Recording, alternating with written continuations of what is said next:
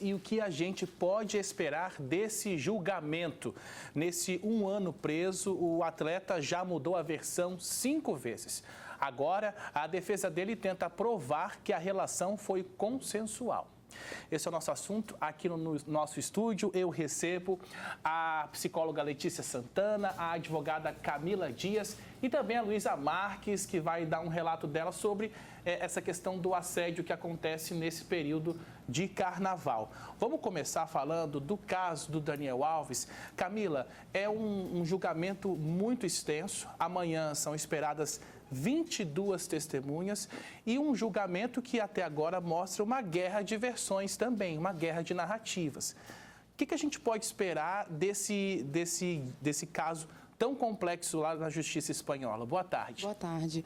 É um caso, bem resumido, complexo. Tem um apelo mundial, né, por conta da notoriedade, né, do Daniel, mas que está sendo muito bem conduzido até então. Criticamente falando, né, na parte jurídica, que é diferente, né, do Brasil, as leis e tudo, mas ele tem sido o caminho jurídico tem sido persistido de uma forma bem abrangida. Vai ser um julgamento longo, né, cansativo até para quem vai estar ali acompanhando. Agora, cabível, né, dependendo da sentença, para que ele possa recorrer ou não, né? A gente não sabe. Por enquanto, ele é um acusado, né? E eu achei interessante até a forma como eles vão manter, né, a privacidade da vítima, porque em casos de crimes sexuais, até aqui no Brasil, acabam expondo, né, de certa forma, e a mídia acaba tendo contato. No caso da vítima, nesse caso, ela vai ser preservada. Então, a gente está aí nessa expectativa. Estou acompanhando aqui na agência de notícias F da França, e que informa que a pena para esse tipo de crime no país é de 12 anos de prisão. Quais diferenças, Camila, você pode apontar do julgamento na Espanha para um julgamento aqui no Brasil? Bom, com questão de tempo de crime, de penas, também são diferentes, né? O Daniel Alves, não tenho certeza, eu acredito que é estritamente ao estupro que ele está sendo acusado, né? Então, ele não tem outros agravantes, como aqui no Brasil tem muitos agravantes, dependendo, né, dos crimes, então isso modifica bastante. Até um tempo razoável, de 1 ano aí de prisão até o julgamento. No Brasil, provavelmente seria um pouco mais. Então, e o sigilo que está acontecendo lá na Europa por conta do caso também é algo bem diferente do que acontece aqui com a gente. Acabam vazando muitas informações e que prejudicam o caso. Mas no caso do Daniel já mudou a versão mais de 5 vezes, ou 4 ou 5 vezes. Então, tem muita coisa que a gente vai saber à medida que os depoimentos forem saindo e as testemunhas forem apresentando. Claro, a gente vai acompanhar cada detalhe desse julgamento. Letícia, agora eu gostaria de um raciocínio seu sobre justamente a posição dessa vítima de estupro. Ela estava numa casa noturna quando tudo teria acontecido, de acordo com as informações, e reiteradamente ela é questionada a repetir a própria versão. Enquanto o jogador alterou 5 vezes a versão, ela sempre manteve desde o início. É a mulher precisando reafirmar, né, uma denúncia que foi feita inicialmente. Sim, porque a gente está falando também de uma questão que é terrivelmente cultural, né? Então, a mulher, mesmo na situação de vítima, ela é revitimizada quantas vezes forem necessárias para que, assim, a gente está falando Pode recomeçar, Letícia, claro. Porque o seu microfone, o pessoal de casa não te ouviu, aí você pode falar agora. Claro. Infelizmente, a gente está falando de algo que atravessa uma questão cultural, né? Em se tratando de Brasil, que é um país historicamente patriarcal, a mulher ela sempre está nesse lugar de vulnerabilidade e o homem na condição de livre acesso a esse corpo da mulher. E falar que essa mulher ela precisa colocar regras, ela precisa colocar sinais para que o óbvio não aconteça, acaba sendo muito naturalizado no nosso país. Então, essa mulher ela precisa o tempo todo estar provando que ela foi vítima, sendo que existe uma série de sinais, né, e de filmagens dizendo que ela realmente foi vítima. E o triste é a gente ter que ouvir de outras mulheres, de homens também, de que ela estava ali e ela se colocou naquela condição, independente do que se ela estivesse com uma roupa mais curta ou menos curta, isso não importa. Então, isso não é um ponto que prega contra ela, que legitima contra ela. Então, ela é vítima, ela sofreu um abuso e um caso como esse, indo à imprensa, também traz uma reflexão e um constrangimento de não normalização desse tipo de coisa, né? Perfeito. E olha, uma das versões da defesa do atleta, a última versão, inclusive, era de que ele estava sob forte efeito de bebida alcoólica e reafirmou que a relação teria sido consensual. Então, a gente vê argumentos que não justificam absolutamente nada, né? Sim, e a gente sabe que álcool também não tira o abusador da condição de abusador, né? Então, se o homem ele bebeu, ele precisa assumir isso. E em se tratando desse contexto, por exemplo, desse tempo que a gente vive do carnaval, em que o álcool acaba sendo desculpa para cometerem atos de ilegalidade, contravenções, eu acho que fica aí um exemplo de que o álcool não é justificativa para absolutamente nada. Se a pessoa bebeu, ela precisa também assumir as consequências dessa falta de sanidade, né, fruto dessa bebida. Perfeito. Camila, desde o início desse julgamento, a gente viu um cuidado da justiça espanhola em preservar a identidade da vítima. Por exemplo, em nenhum momento a vítima ficou frente a frente com o atleta. No Brasil também há essa preocupação? Nesse primeiro momento, sim, haveria, até porque ele não teve, né, a oportunidade de ter esse contato. A questão ali que eu tenho visto e acompanhado é para não gerar, justamente evitar esse tipo também de julgamento, como nós mulheres enfrentamos, em se tratando de artistas e jogadores, quando vem um crime sexual à tona contra mulheres, costuma-se dizer de antemão que a mulher provocou ou que estava naquele lugar porque ela quis, estava naquela festa, aceitou aquela bebida, teve relação com aquele homem, quer aparecer, quer notoriedade, sendo que essa daí, no caso do Daniel Alves, ela não quer estar em lugar nenhum, né? Ela falou, ela poderia, se ela quisesse. Ela é a vítima, né? Colocar a cara dela à tona, ela não quer, porque ela quer tão somente que a justiça seja feita. Então, aqui no Brasil, por muitas vezes, as vítimas são expostas, ou porque elas desejam, elas não precisam de se esconder, caso elas não queiram, quem são as vítimas são elas, inclusive, quem deveria se esconder eram esses homens, mas acabam saindo, e aí gera esse burburinho, né? Porque você tem a foto da mulher que mandou a mensagem, aí teve ali, né, o contato com ele e tudo, até aquele momento ela quis, ela pode mudar de ideia e não querer na hora. Então, isso não invalida, né, o crime quando ele acontece. Então, essa preservação ou não de imagem cabe primeiramente à vítima. Perfeito, esse é o ponto. Às vezes, no momento lá, estava na balada, curtindo, conversando, ela quis ficar, estou supondo uma hipótese, mas aí no momento em que ele pudesse ter avançado o sinal, ela falou, não quero mais. Isso pode acontecer a qualquer tempo, sabe, Lucas? Existe estupro dentro do casamento. A gente não pode, mesmo ele sendo marido, ele não pode tocar no seu corpo, não pode ter uma relação sexual com a esposa, se ela não quiser. A partir do momento... Então, se o próprio marido, deitado do lado dela, vivendo uma vida, ela pode não querer isso ser um estupro, caso permaneça, imagina um estranho, né? Então, fica o alerta também para as mulheres, né, ficarem atentas, os homens também aprenderem, porque às vezes, né, pecam pela ignorância no sentido da lei, que todo não é não, né? Então, é muito claro quando é um sim. E se a mulher foi, trocou uma mensagem, quis sair, seja da forma que foi, no aplicativo, numa balada, ou enfim, chegou na hora, ela por algum momento se sentiu, né, desconfortável e não queira, é para sair, é para deixá-la ir, porque senão pode acontecer também com vocês, né? Eu fico pensando o absurdo que é quando a gente traz isso para a nossa sociedade, Letícia. Agora o seu microfone está funcionando. Tá. Como que é a mulher ter que reforçar o óbvio o tempo todo. E é o que você bem colocou e que a Camila também colocou, né? A gente está falando de algo que é óbvio. Só que quando se trata de uma construção histórica, social e cultural, o óbvio, vamos colocar dessa forma, é esse direito do homem sobre o corpo dessa mulher. Então, não é ensinado ou não foi ensinado para esse homem que a mulher ela tem direito sobre o seu corpo. que a mulher tem direito de colocar limites, a mulher tem direito, como Camila bem colocou, de mudar de ideia em qualquer momento que seja. E essa sociedade que hoje se coloca é uma sociedade que vive essa transição e que precisa da lei para punir o óbvio. Porque quando a lei vem e pune o óbvio, quando a lei diz que um beijo forçado ou uma mão num lugar indevido é passível de crime, é passível de retenção, esse homem ele precisa pensar que alguma coisa está mudando.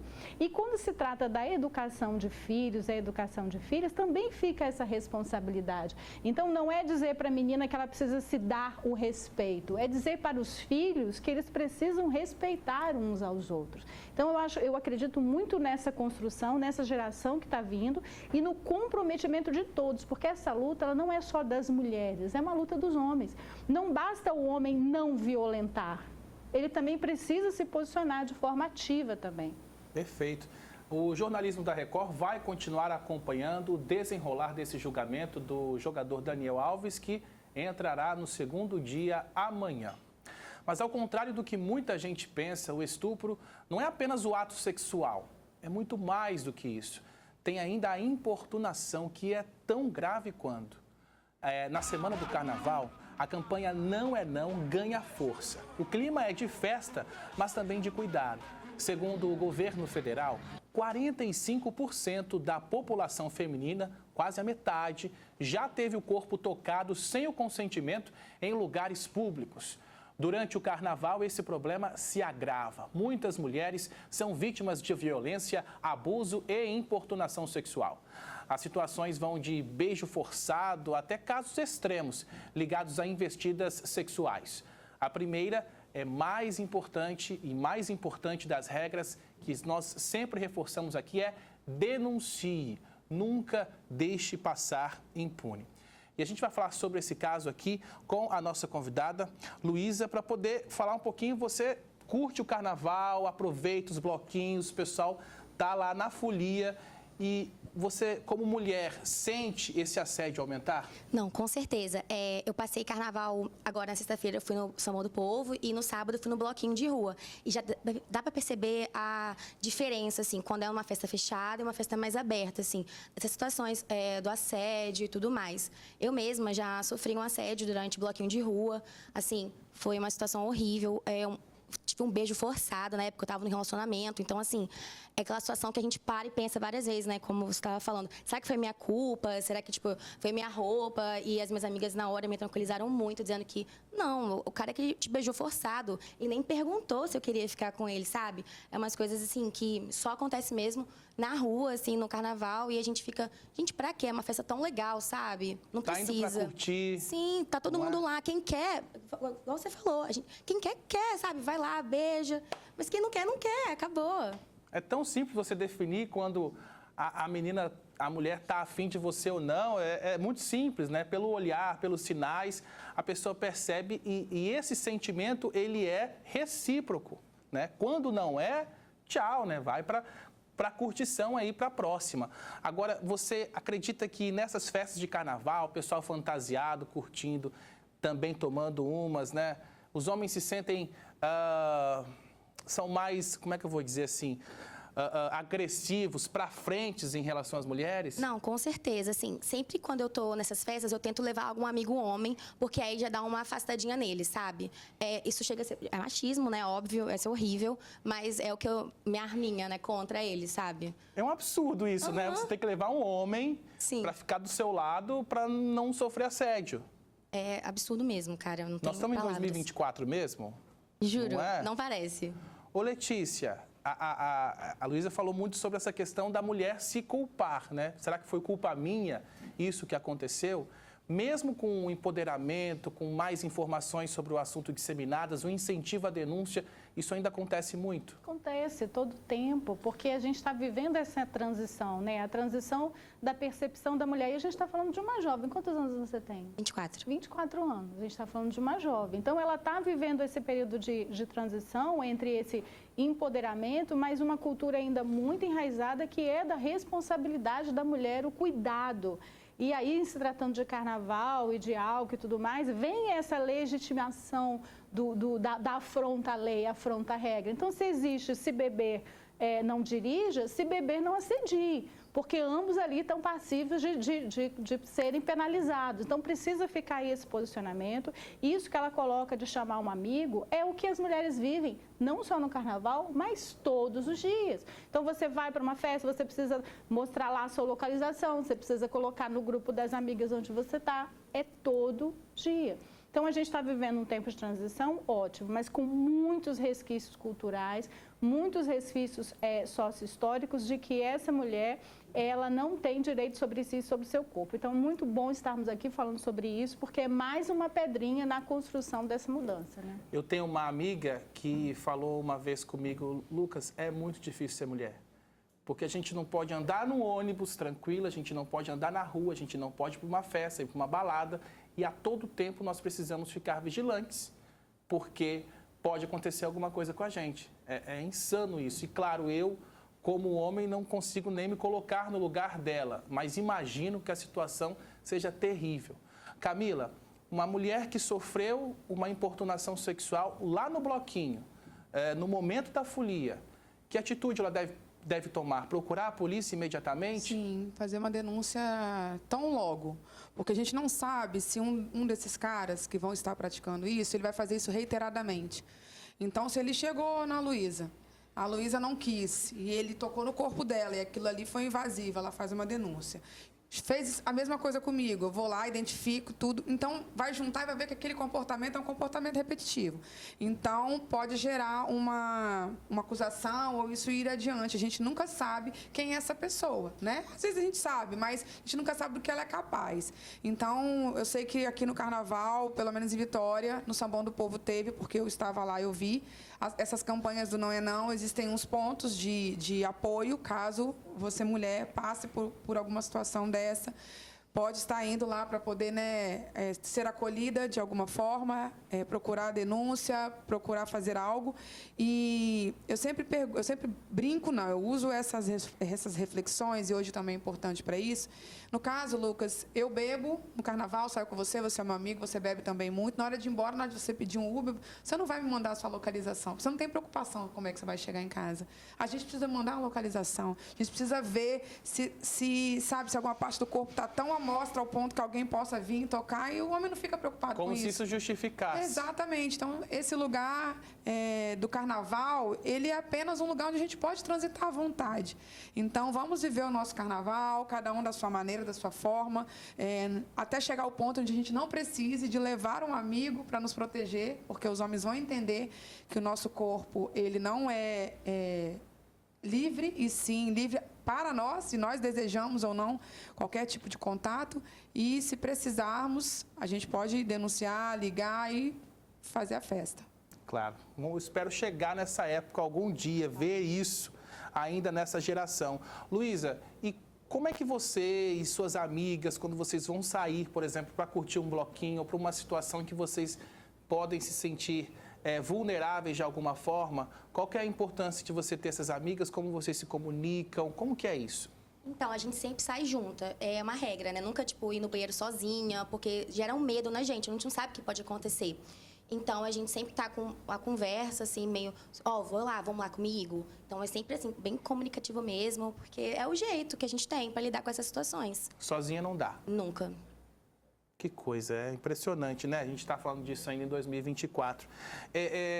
Letícia, normalmente quando acontece uma situação dessa, a mulher, às vezes ela se sente mais confortável em primeiro falar para uma amiga, falar para outra mulher, né?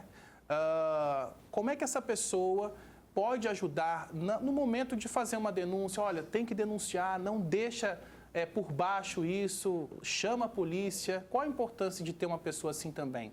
O respaldo, né, social das redes de apoio. Ela mesma colocou um exemplo muito bonito, assim, ela se sentiu culpada, ela começou a questionar a própria vestimenta, se aquela vestimenta estava sendo provocativa, se ela deveria ter feito diferente. E aí vem uma amiga e acolhe e fala, não, né, você não errou, esse não é o seu problema. Então, acho que a comunidade, reforçando esse posicionamento, também ajuda a vítima a se sentir menos atingida, porque assim, uma importunação sexual, ela traz muito constrangimento, ela traz muita tristeza, ela traz uma sensação de impunidade muito grande.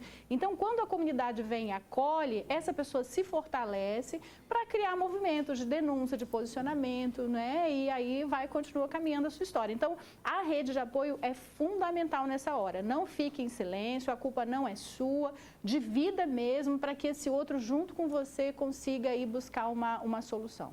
Letícia Santana, psicóloga, Camila Dias, advogada, e a Luísa Marques, professora. Obrigado, gente, pela participação de vocês.